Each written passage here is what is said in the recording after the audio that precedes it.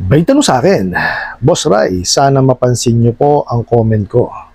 Kagaya po ng topic mo ngayon, natatakot po ako, baka makasuhan na po ako. Ang pinagkaiba lang po namin ng sender, ako po ay andito sa abroad.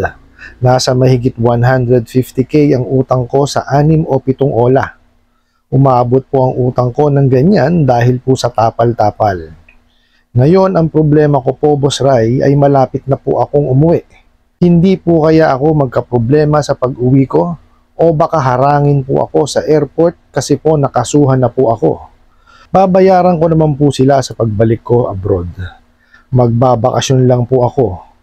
Ang kinakatakot ko po, baka di na ako makabalik dito abroad. Please, Boss Rai, kailangan ko po ng advice nyo po. May mga legit na ola po ako. Baka yun po ang magkaproblema ako. Maraming salamat po. Alright, napakagandang katanungan po nito. Pero bago natin sasagutin, imbitahan ko muna sana kayo na pakisuportahan po sana aking mga social media accounts sa YouTube, Facebook, and TikTok. Grabe ho, no? Inabot ng 150,000 sa 6 o 7 ola. Paano ho ba nangyari yun, no? So, dito sa ating video ngayon na alamin natin kung bakit umabot sa ganon at may katotohanan ba na maaring maidemanda or maharang sa airport. No? Kaya pakitapos po yung video hanggang dulo. Pero bago ho yan, disclaimer po muna, hindi po ako abogado. Ako po'y maniningil. Lahat po na sinasabi natin sa ating mga video is based on my experience at syempre po sa ating pong pagsasaliksik at pagtatanong sa ating mga kaibigang mga abogado. At isa pa po, hindi ko po kinukonsinte ang hindi pagbabayad ng utang. Dahil ang utang ay obligasyon na kailangan po nating bayaran. Ang hindi po ako pabor ay dun sa maling pamaraan po utang at maling pamaraan ng paniningil. Sagutin po natin yung mga pinadalang mensahe. Pero bago ho yan, pasensya na ho, hindi ako nakapag-upload kahapon. Talagang masama ho pakiramdam po. Nasa boses ko naman. No? Ipinahinga ko ho muna kaysa ho lumala. So medyo okay na po ako pero ganun pa rin, masama pa rin ho talaga ang pakiramdam ko. No? So okay, so sabi po dun sa sa nagpadala po ng mensahe, no? At katanungan, natatakot daw siya baka makasuhan siya.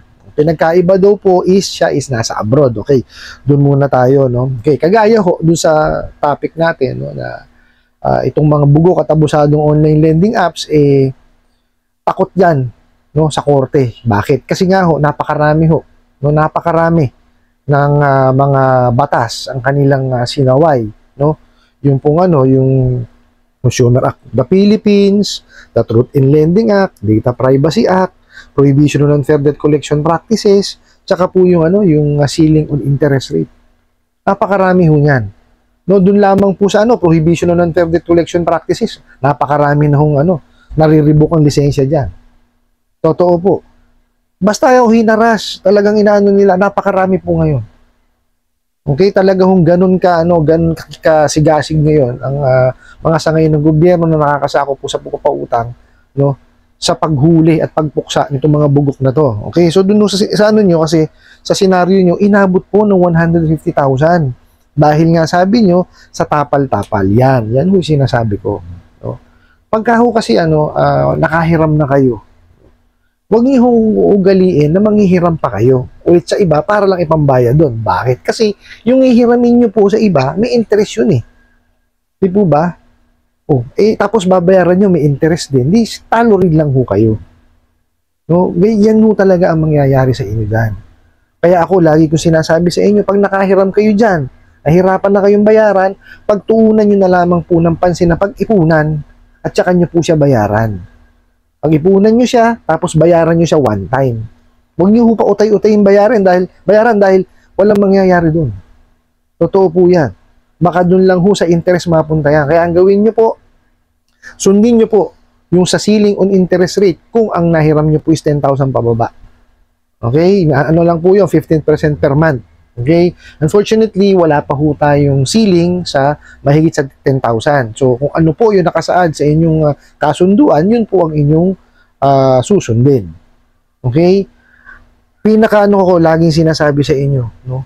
Huwag ho kayong papatol sa tapal system. Dahil dyan ho nalulubog yung ating mga kababayan. Dyan ho sila nagsisimulang Kasi tingnan nyo gagawin yan. Mananakot.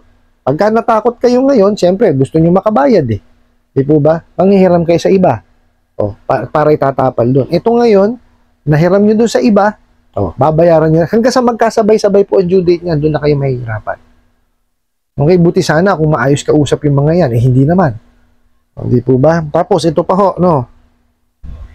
Ang sinasabi nyo dito is, malapit na rin kayong umuwi. Okay? Ang iniisip ninyo is baka harangin kayo sa airport at saka baka nakasuhan na kayo. Okay, ito po yan, no?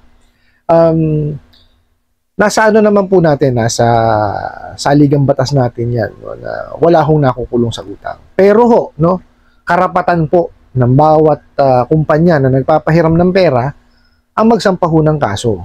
Pero, dapat po gawin po muna nila yung lahat ng pamamaraan po ng paniningil, yung tamang paniningil. Hindi ho yung balagbagan, hindi yung takutan, no? Hindi ho ganun. Dapat yan, meron silang mga payment option na inilalatag sa inyo, no? Ganun po dapat. Okay? Tapos yung iniisip nyo naman na nahaharangin kayo sa airport, wala hong haharang sa inyo sa airport.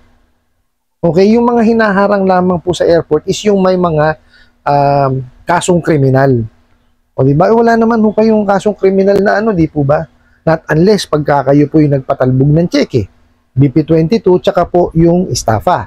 Meaning, nag-submit kayo ng yung dokumentong peke. Nagsabi kayo ng maling information, no? Kasi pagka nilinlang nyo yan, mga yan, no? At niloko, yun po, grounds po yan para sa estafa. Okay? Kung wala naman ho kayong ginawang ganon, wala ho tayong magiging problema dyan. No, walang haharang sa inyo sa airport. Okay? Tapos meron ho kayo sinasabi dito na may mga legit na OLA po kayo nahiraman. Kausapin nyo maigi. No?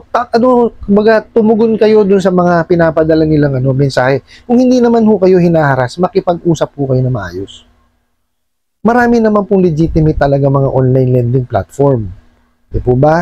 O ito ho, ulitin ko ha, ang online lending platform po, no, sila po, no, yung binigyan ng SEC ng karapatan na mag-advertise online at mag-process ng loan online. Yun lamang po nakalista sa mga online lending platform. Dalawang klase po yan, app-based tsaka web-based. Yung app-based, ito po yung lagi kong sinasabi na medyo iwasan nyo kasi talagang talagang kumukuha ng detalye yan, nanghihingi ng access. So, ang mahirap, pagka nalagyan ng malware yung inyong mga cellphone, yan, mananakawan na kayo ng contact list ninyo, pictures ninyo, videos ninyo, recordings ninyo, SMS message nyo, emails nyo, makikita nila lahat yan. At ang masakla, pati social media nyo. Okay po? Lagi nyo hong tatandaan na iingatan nyo ho yung inyong detalye. Kaya nga ho ako, sinabi ko sa inyo, iwasan nyo yung app-based. Kung meron kayong makikita na online lending platform na web-based, doon ho kayo manghiram. And make sure po na hindi puro tawag dito, puro online lang. Dapat meron kayong nakakausap. Okay? Kasi ho, ganito yan. Ang pagpapautang po, hindi mo talaga magagawang fully online yan. Okay? Kasi tayo mga Pilipino, likas tayong tamad na magbasa. Aminin na ho natin. Di ba? Yung terms and condition, hindi naman natin binabasa yan. Kontrata, hindi natin binabasa yan. Di ba? Which is mali. No? Lagi nyo tatandaan. Importante ho na basahin nyo yung terms and condition. Malay mo nakalagay pala doon na pag hindi kayo nagbayad, may gagawin na sa inyong ganito, ganyan. Di ba? Sumang-ayong kayo. Although, kahit na sumang-ayong kayo doon, mali yun kung mali. Kung hindi tama, mali pa rin yun. Di ba? Kumbaga magiging void yun. Pero syempre, kailangan natin basahin para maintindihan natin yung obligasyon na ating pinapasok, lalo sa kontrata, sa loan contract. Importante po yan. Kasi ganito po, may mga nare-receive akong message na bakit daw itong financing na to, legitimate, pero ang laki-laki ng interest. Okay, ganito yan. No? Kasi depende yan sa termino ninyo. Kung nanghiram kayo ng let's say 1,000 pesos, sabihin na lang natin 1% per month. So, ibig sabihin 10 pesos yon, 'di ba? Sa isang buwan. Kung kinuha nyo po ng kinuha nyo let's say ng 36 months o 3 years, di 10 pesos times 36 plus 1,000. O, di ba? 1,360 po. Di ba? Malaki. Kasi nga ho, sa termino siya nagbabase. O, kung mahaba ho talaga yung ginawa yung tawag dito, termino, mahaba, malaki talaga ang babayaran nyo po. No, sana lang po, yung muna, intindihin natin yung kontrata. No, kasi importante ho na, nabasahin nyo at maintindihan ninyo. No, kaya nga ho, meron tayong batas, the Truth in Lending Act. It's very important na maintindihan po nung nangungutang yung kanya magiging obligasyon. Di po ba? Huwag ho kayong pasok ng pasok kasi kailangan nyo pera o hiramin nyo na hindi ho. Di ho ba? Yun ho yung dahilan. Kaya kasi the longer the term, mas malaki po talaga interest niyan. Although kahit sabihin mo 1% lang yan per month, pag nag-accumulate po yung 1% per month, o 1% times 36, 36% yun. Di ba? At 36% base yan dun sa sa hiniram mo. Paano kung hiniram mo is 100,000? O, sige ho. Ito na lang. 100,000 po.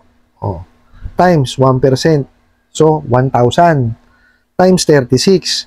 That's 36,000. So, ibig sabihin po, 136,000 na po yan. O, di po ba? Buti sana kung 1% per month lang. O, di po ba? Hindi naman po 1% per month yun. May mga dyan, may mga 2%, 3%. O, di po ba? So, lagi ho natin tatandaan, basahin, no? Ugaliin ho natin basahin yung kontrata. Alamin po natin. Okay? Make sure po yung mahihiraman po ninyo is kumbaga, ini-inform kayo sa inyong magiging obligasyon. Importante ho kasi yung the Truth in Lending Act. Batas ho yan. Hindi ho gagawing batas yan kung babaliwalain lang din. Di po ba? Kaya sabi nyo sa inyo, mas mainam pong sa bangko kayo manghiram. Okay? Importante ho na maintindihan natin na ang paghihiram po is obligasyon. So, talagang may proseso yan. Hindi ho yan instant. Wala hong instant sa mundo. Okay? Yung instant coffee nga, kailangan mo pang mag-init ng tubig, hindi po ba? So, gagawa ka pa rin ng effort. Okay? So, balik tayo dun sa sa nagpadala ho ng mensahe. Huwag ho kayong mag-alala. Okay po? Basta ho, hindi kayo hinaharas o whatever, kausapin nyo. Makipag-communicate kayo. Manghingi kayo ng payment option kung meron sila. Pero dapat yan meron.